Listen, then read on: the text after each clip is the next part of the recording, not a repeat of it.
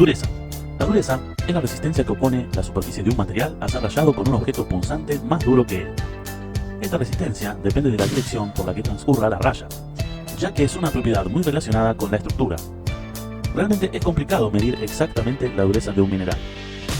Aunque existen varias formas de medir la dureza, cada una de las cuales presenta una escala numérica, por lo general se emplea el método de comparación con los minerales, que se establecen en la escala de Mohs.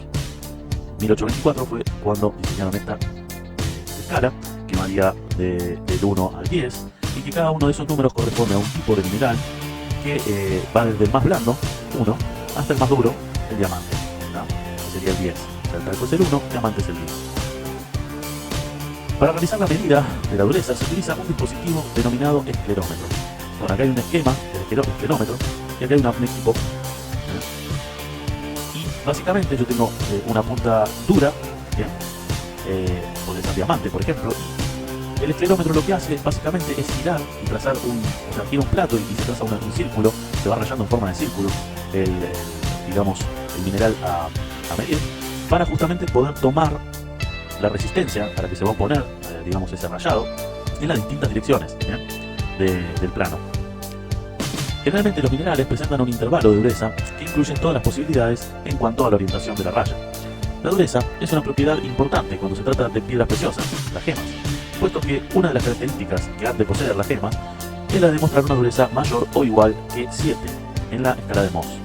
Existen otras escalas de dureza usadas en metalografía y en otras áreas, pero que raramente se emplean en mineralogía. Por ejemplo, Bickel, Roiswell, Knopf, Brinner, Rockwell, todas ellas pueden relacionarse numéricamente con la escala de Mohs. Aquí pueden ver la escala de Mohs comparada con la escala de dureza Bickel. Y les recomiendo que vean este video, donde van a poder entender un poco más sobre dureza y tenacidad de minerales.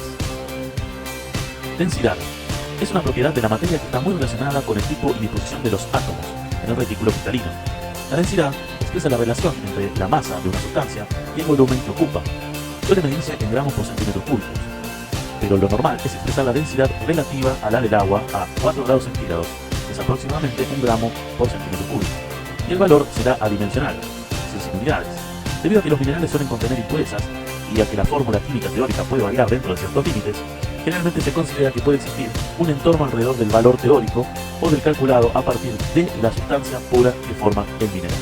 Bien, teniendo en cuenta la relación existente entre la naturaleza de una sustancia y su densidad, se puede comprender que la evaluación de densidades muy extremas puede constituir un dato característico sobre su posible composición.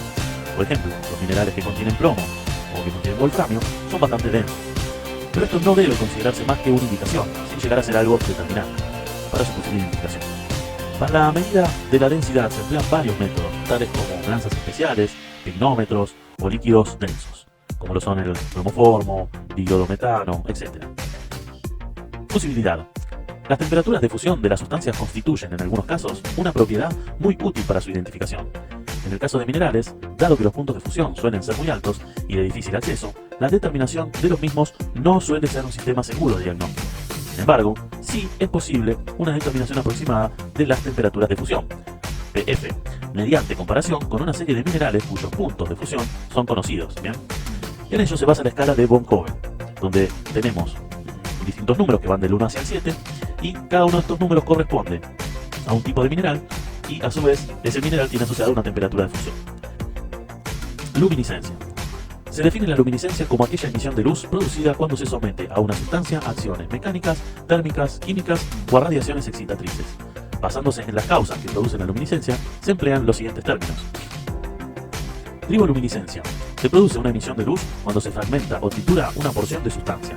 Algunos minerales que suelen presentar triboluminiscencia son la fluorita, la blenda y otras. ¿Bien? Por lo general se tratan de minerales con una exfoliación fácil. La termoluminiscencia se produce una emisión de luz cuando se calienta el mineral por debajo de su temperatura de fusión. Estos minerales, termoluminiscentes, pueden ser algunas ciertas variedades de fluorita, calcita, etc. ¿Bien? Estos son algunos ejemplos. Es importante señalar que estos fenómenos pueden observarse solo en algunos ejemplares, por lo cual la falta de luminiscencia no es determinante. ¿Bien?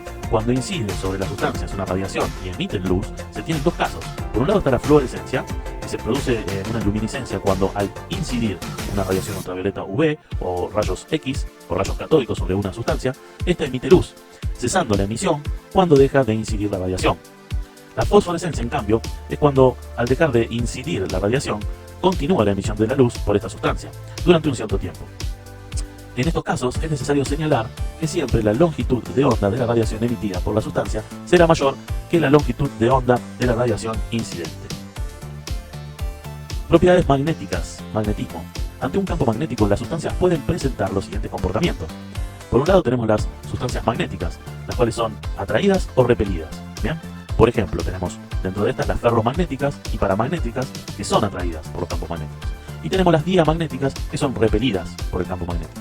Así también tenemos sustancias no magnéticas, las cuales no sufren ninguna influencia por los campos magnéticos.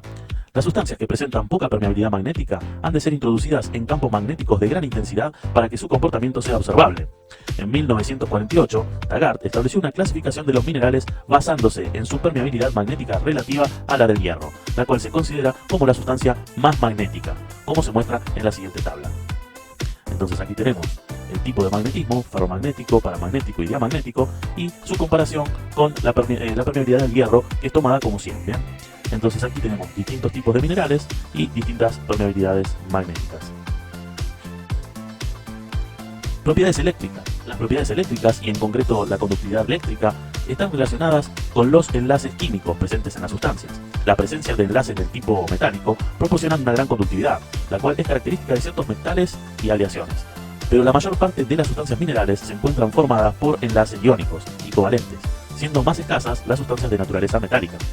Según el comportamiento eléctrico, las sustancias se clasifican en conductoras cuando presentan enlaces metálicos y bandas de conducción.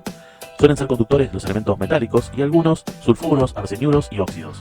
O cuando las sustancias son dieléctricas, aislantes o no conductoras. En este caso, la mayor parte de las sustancias son aislantes. La conductividad eléctrica de la sustancia depende de la dirección en que se mide sobre el cristal. Por ejemplo, los cristales de oligisto presentan una conductividad menor en la dirección del eje principal que en las direcciones perpendiculares a él. Si al calentar una sustancia dieléctrica se vuelve conductora, se dice que es piroeléctrica. Ejemplo, la turmalina o la hemimorfita. Cuando la conductividad se alcanza al suministrar una presión en determinadas direcciones y puntos de la red cristalina, se dice que este material es piezoeléctrico, como por ejemplo el cuarzo. Algo más frecuente es encontrar sustancias triboeléctricas, las cuales adquieren carga por frotamiento, como por ejemplo el azufre. Propiedades térmicas. Se pueden considerar varias características térmicas. En el caso de los minerales, las más interesantes son: calor específico. Calor específico es la cantidad de calor que hay que aportar a un gramo de sustancia para elevar 1 grado centígrado su temperatura.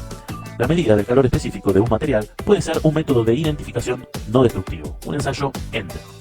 Conductividad térmica es una constante característica de las sustancias y ligada con la cantidad de calor que atraviesa en régimen estacionario una lámina de un determinado espesor, en fin, un área, durante un tiempo definido. El conocimiento de este parámetro puede ser importante para las aplicaciones técnicas de los materiales, sobre todo en el campo de los aislantes. Entonces en esta tabla tenemos distintos tipos de materiales, algunos metales, otros minerales. Bien, y aquí tenemos sus calores específicos y sus conductividades eléctricas.